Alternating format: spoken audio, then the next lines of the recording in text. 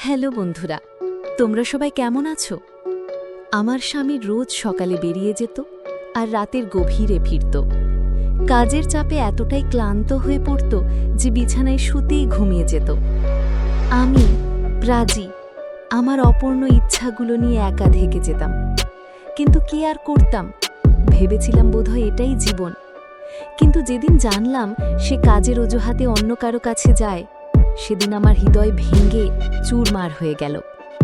ঠিক তখনই আমার দেবর দীপক আমার জীবনে এক নতুন রং এনে দিল। সে আমার সঙ্গে এত আদরে কথা বলতো, আমার দুঃখগুলো বুঝতো। ধীরে ধীরে আমি টের পেলাম আমার স্বামীর চেয়েও বেশি সুখ এখন দীপকের কাছে পাচ্ছি। যখন আমি এই বাড়িতে নতুন বউ হয়ে এসেছিলাম, তখন দীপক মাত্র 11 বছরের এক দুষ্টু ছেলে ছিল। সবসময় আমার আশপাশে ঘুরঘুর করত, ভাবি বলে ডাকত। আমি তাকে আমার ছোট ভাইয়ের মতোই ভালোবাসতাম। কিন্তু সময়ের সঙ্গে সঙ্গে সে বদলে গেল। দীপক এখন 11 বছরের যুবক, লম্বা, সুদর্শন, আকর্ষণীয়। তার চোখে সেই আগের নিষ্পাপ ভাবটা আর ছিল না, বরং ছিল এক গভীর আকর্ষণ। যখনই সে আমার দিকে তাকাতো, মনে হতো সে কিছু বলতে চায়, কিন্তু সাহস করে উঠতে পারছে না। একদিন দুপুরে বাড়িতে একদম নিস্তব্ধতা। আমার স্বামী রোহিত কোথায় যেন বেরিয়েছিল। আমি আনমনে একা বসেছিলাম। হঠাৎ দীপক এসে হাজির। ধীরে ধীরে বলল, ভাবি, তুমি তো খুশি নাও, তাই না? আমি চমকে উঠলাম। এই কি কথা দীপক, তুই অত কথা বলিস না। কিন্তু সে আমার চোখের দিকে তাকিয়ে বলল, তুমি মিথ্যে বলছো। আমি জানি ভাইয়া তোমাকে ঠকাচ্ছে। আমি সব দেখি। আমি তোমাকে দুঃখী দেখতে পারি না ভাবি। তার কথাগুলো আমার হৃদয়ের গভীরে গিয়ে ঠেকল। আমার চোখ ভিজে এলো। দীপক আলতো করে আমার হাত ধরে বলল, যদি তোমার জীবনে ভালোবাসা না থাকে, তাহলে এর মানে এই নয় যে তুমি ভালোবাসার যোগ্য নও। সেই রাতে বৃষ্টি হচ্ছিল। আমি ঘরে একা বসেছিলাম। হঠাৎ দীপক ভিজে চুপচুপে ঘরে ঢুকল। তার চোখে এক অদ্ভুত অস্থিরতা। সোজা আমার কাছে এসে বলল, ভাবি, আমি আমার মনের কথা তোমাকে বলতে চাই। তারপর তুমি যা চাও সিদ্ধান্ত নিও। আমি চুপ করে রইলাম, কিন্তু আমার হৃদয়টা দ্রিম দ্রিম করে লাফাচ্ছিল। সে আমার পাশে বসল। তার আঙ্গুলগুলো আমার হাতের তালুতে আলতো করে ঘষে যাচ্ছিল। তারপর আমার চোখে চোখ রেখে বলল, আমি তোমাকে সবসময় ভালোবেসে এসেছি, ছোটবেলা থেকে, যখন আমি ভালোবাসার মানে পর্যন্ত জানতাম না। কিন্তু এখন আর নিজেকে আটকাতে পারছি না। তুমি চাইলে আমাকে ধাক্কা দিয়ে বের করে দিতে পারো, কিন্তু যদি কখনো তোমার মনে আমার জন্য একটুও ভালো লাগা থেকে থাকে, তাহলে শুধু একবার আমার দিকে তাকাও। আমি তার কথা শুনে চোখ দিয়ে টপটপ করে জল পড়তে লাগলো। আমি ইতস্তত করে বললাম, দীপক, কিন্তু আমি তো তোর ভাবি। সে মুচকি হেসে বলল, না, তুমি শুধু মায়া, সেই মেয়ে যাকে আমি অগাধ ভালোবাসি। সে আলতো করে আমার মুখ তার হাতে তুলে নিল। তার আঙ্গুলের ছোঁয়া আমার গালে কাঁপা কাঁপা নিঃশ্বাসের মতো লাগছিল। সেই মুহূর্তে আমি বুঝলাম আমি কতটা একা ছিলাম, আর হয়তো আমিও তার ভালোবাসার দিকে টান অনুভব করছিলাম। সেই রাতে প্রথমবার আমি আমার হৃদয়ের কথা শুনলাম। আমরা সমাজের সব সীমা পেরিয়ে গেলাম। সেই রাতটা শুধুই ভালোবাসার ছিল, কোনো ভয় ছাড়া, কোনো আক্ষেপ ছাড়া। পরদিন সকালে যখন ঘুম ভাঙল, দীপক আমার পাশেই ছিল। তার চোখে সেই ভালোবাসা যার খোঁজে আমি ছিলাম। সে আমার হাত ধরে জিজ্ঞেস করল, কি ভাবছো? আমি ভয়ে ভয়ে বললাম, দীপক, যা হলো তা কি ঠিক হলো? সে হাসলো আর বলল, যদি এটা ভুল হতো, তাহলে তোমার চোখে এত শান্তি থাকতো না। কিন্তু আসল ঝামেলা তখনই শুরু হলো। আমার স্বামী রোহিত গত কিছুদিন ধরে বাড়িতে কমই আসছিল। আমি জানতাম সে অন্য কারোর সঙ্গে আছে, কিন্তু কোনোদিন প্রশ্ন করিনি। কিন্তু এখন সব কিছু বদলে গিয়েছিল। আমি আর সেই নীরব সহকারী নারী ছিলাম। একদিন আমি রোহিতের পিছু নিলাম শহরে। সেখানে তাকে একটি মেয়ের সঙ্গে দেখলাম। দুজনের হাতে হাত, হাসি মুখে গল্প করছে। আমার হৃদয় ভেঙে টুকরো টুকরো হয়ে গেল। কিন্তু এবার আমি কাঁদলাম না। আমি জানতাম আমার সিদ্ধান্ত ঠিক ছিল। দীপককে ফোন করে বললাম, তুই ঠিক বলেছিলি দীপক, রোহিত আমাকে ঠকাচ্ছে। সে বলল, আর দুঃখ সইস না মায়া, যা তোমার তাকে গ্রহণ করার সময় এসেছে। আমাদের সিদ্ধান্ত পাকা হয়ে গেল। সেই রাতে রোহিত যখন বাড়ি ফিরল, আমি তাকে সরাসরি প্রশ্ন করলাম, সত্যি বলো, তুমি কার সঙ্গে আছো? প্রথমে সে মিথ্যে বলল, কিন্তু যখন আমি প্রমাণ দেখালাম, সে হতবাক হয়ে গেল। ভেবেছিল আমি কেঁদে ভাসব, অনুরোধ করব, কিন্তু আমি শুধু একটা কথাই বললাম, আমি ডিভোর্স চাই। সে হেসে বলল, এত সহজ নয় মায়া, আমার নামের সঙ্গে জুড়ে তুমি সম্মান পেয়েছ, এখন তাছাড়া এত সহজ হবে না। কিন্তু আমি আর কারো বন্দী ছিলাম না। আমি বাড়ি ছেড়ে দীপকের কাছে চলে গেলাম এক নতুন শুরুর জন্য। দীপক আমার জন্য অপেক্ষা করছিল। যখন বললাম আমি সব শেষ করে দিয়েছি, তার চোখে খুশির অশ্রু ঝিলিক দিল।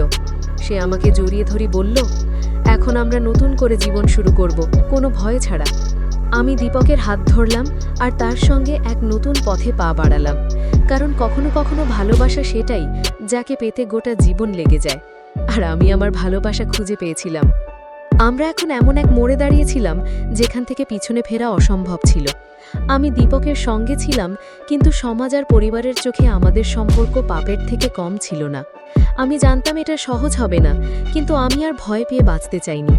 গ্রামে যখন খবর ছড়ালো যে আমি রোহিতকে ছেড়ে দীপকের সঙ্গে থাকছি, লোকে আমাদের নিয়ে কুৎসিত কথা বলতে শুরু করলো। আমাকে তিরস্কার করত, বলতো, ছোট দেবরকে ফাঁসিয়ে নিয়ে গেল, দেখো দীপক কেমন করে নিজের ভাবির প্রতি মন দিল, লজ্জা করল না? কিন্তু দীপক আমার হাত আরও শক্ত করে ধরে সবাইকে বলল, আমাদের ভালোবাসা কোনো পাপ নয়, আমরা কোনো অপরাধ করিনি। যদি কেউ এটা না বোঝে তাহলে সেটা তাদের চিন্তার দোষ। গ্রামে আমাদের গল্প আগুনের মতো ছড়িয়ে পড়ল, কিন্তু কেউ আমাদের পক্ষে ছিল না। এমনকি দীপকের বাবা মাও রেগে গেলেন। তারা দীপককে বাড়ি থেকে বের করে দিয়ে বললেন, যদি তুই এই মেয়ের সঙ্গে থাকতে চাস তাহলে আমাদের বাড়িতে তোর জায়গা নেই। দীপক কিছু না বলে আমার হাত ধরে সেখান থেকে চলে এলো। আমরা পিছনে ফিরে তাকালাম না, কারণ আমাদের কাছে হারানোর আর কিছুই ছিল না, শুধু একে অপরকে ছাড়া। আমরা শহরে চলে এলাম। দীপক তার পড়াশোনা চালিয়ে গেল, আর আমিও একটা চাকরি খোঁজা শুরু করলাম। ধীরে ধীরে আমরা আমাদের নতুন জীবন গড়ে তুললাম। কারো কথার পরোয়া করতাম না, কারণ আমাদের কাছে আমাদের ভালোবাসা ছিল। কয়েক বছর পর যখন দীপক একজন সফল ব্যবসায়ী হয়ে উঠল, তখন সেই লোকেরা যারা আমাদের তাচ্ছিল্য করত আমাদের কাছে এসে বলতে লাগলো, আমরা ভুল করেছিলাম, তোমাদের ভালোবাসা সত্যি ছিল।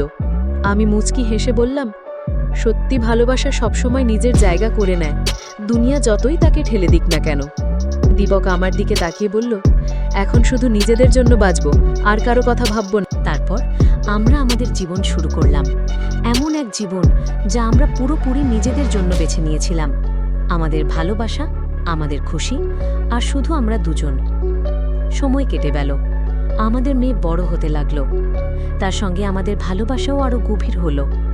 দীপক সবসময় আমার পাশে থাকত, আমার প্রতিটি চাহিদার খেয়াল রাখত। সে শুধু আমার স্বামী নয়, আমার সবচেয়ে ভালো বন্ধু, আমার সঙ্গী, আমার সবচেয়ে বড় সাহারা ছিল। আমাদের ব্যবসা তখন খুব ভালো চলছিল, দীপকের পরিশ্রম ফল দিয়েছিল। আমরা এখন একটা সুন্দর বাড়িতে থাকতাম। একদিন আমরা আমাদের পুরনো গ্রামে গেলাম। সেখানে সবকিছু আগের মতোই ছিল, কিন্তু এবার মানুষের দৃষ্টিভঙ্গি বদলে গিয়েছিল। যারা আমাদের তিরস্কার করেছিল তারা আমাদের দেখে অবাক হয়ে গেল, তাদের চোখে লজ্জার ছাপ। রোহিতও সেখানে ছিল, তার জীবন থচনচ হয়ে গিয়েছিল। যে মেয়ের জন্য সে আমাকে ছেড়েছিল, সে তাকে ঠকিয়ে চলে গিয়েছিল। সে এখন একা, ভাঙা, লজ্জিত। আমাদের দেখে তার মুখে অনুশোচনার ছায়া পড়ল। রোহিত আমাকে বলল, মায়া, আমাকে মাফ করে দাও, আমি তোমার সঙ্গে খুব অন্যায় করেছি। আমি হালকা হেসে বললাম, অতীতের জন্য আফসোস করার চেয়ে আজকে সামলে নাও। দীপক আমার হাত ধরে বলল, চলো মায়া, আমাদের এখন ভবিষ্যতের দিকে এগোতে হবে। আমরা সেখান থেকে চলে এলাম, পিছনে কিছুই রাখলাম না। আমাদের একটাই লক্ষ্য ছিল, আমাদের ভালোবাসা আর পরিবার নিয়ে সুখের জীবনযাপন করা। আমাদের মেয়ে বড় হচ্ছিল, আমরা চাইতাম সে এমন একটা দুনিয়ায় বড় হোক যেখানে ভালোবাসাকে পাপ বলে গণ্য করা হয় না। একদিন দীপক আমাকে তার বাহুতে জড়িয়ে বলল, মায়া, তুমি যদি আমার জীবনে না থাকতে আমি অধরায় থেকে যেতাম। আমি তার চোখের দিকে তাকিয়ে মুচকি হেসে বললাম, আর তুমি যদি আমার সঙ্গে না থাকতে আমি কখনো ভালোবাসার আসল মানে বুঝতাম না। আমরা একে অপরকে জড়িয়ে ধরলাম। আমাদের গল্প এখানেই শেষ হয়নি, কারণ আমাদের ভালোবাসা কখনো শেষ হবে না। এটা আমাদের স্মৃতিতে, আমাদের হৃদয়ে, আমাদের মেয়ের হাসিতে চিরকাল বেঁচে থাকবে। জীবনের পথ একটা বইয়ের মতো, কিছু পাতা বেদনায় ভরা, কিছু খুশিতে। আমার পথও তেমনি ছিল। আমি ভালোবাসাকে জিয়েছি, হারিয়েছি, আবার ফিরে পেয়েছি, আর এখন তাকে আঁকড়ে ধরেছি। আমার মেয়ে প্রাধি জিজ্ঞেস করে, মা বাবা তোমাদের ভালোবাসা এত গভীর কে করে? আমি তাকে বলি, যখন দুটো হৃদয় একে অপরের জন্য ধ্বনিত হয়, তখন দুনিয়ার কোনো শক্তি তাদের আলাদা করতে পারে না। আমি মায়া, আমি জীবনকে আমার শর্তে বেছেছি, আর আজ পুরো হৃদয় দিয়ে বলতে পারি, আমি ঠিক করেছিলাম। এখন আমি বিদায় নিচ্ছি, কিন্তু আমার গল্প সেই সব হৃদয়ে বেঁচে থাকবে যারা সত্যিই ভালোবাসায় বিশ্বাস করে। তো বন্ধুরা, এই ছিল আজকের গল্প। তোমাদের কাছে গল্পটা কেমন লাগলো? দয়া করে তোমাদের মতামত কমেন্ট বক্সে লিখে জানাও। যদি গল্পটা ভালো লেগে থাকে তাহলে ভিডিওটায় লাইক দাও, চ্যানেলটা সাবস্ক্রাইব করো, আর বেল আইকনটা অন করে দাও, যাতে আমাদের নতুন ভিডিওর খবর তোমাদের কাছে তাড়াতাড়ি পৌঁছে যায়।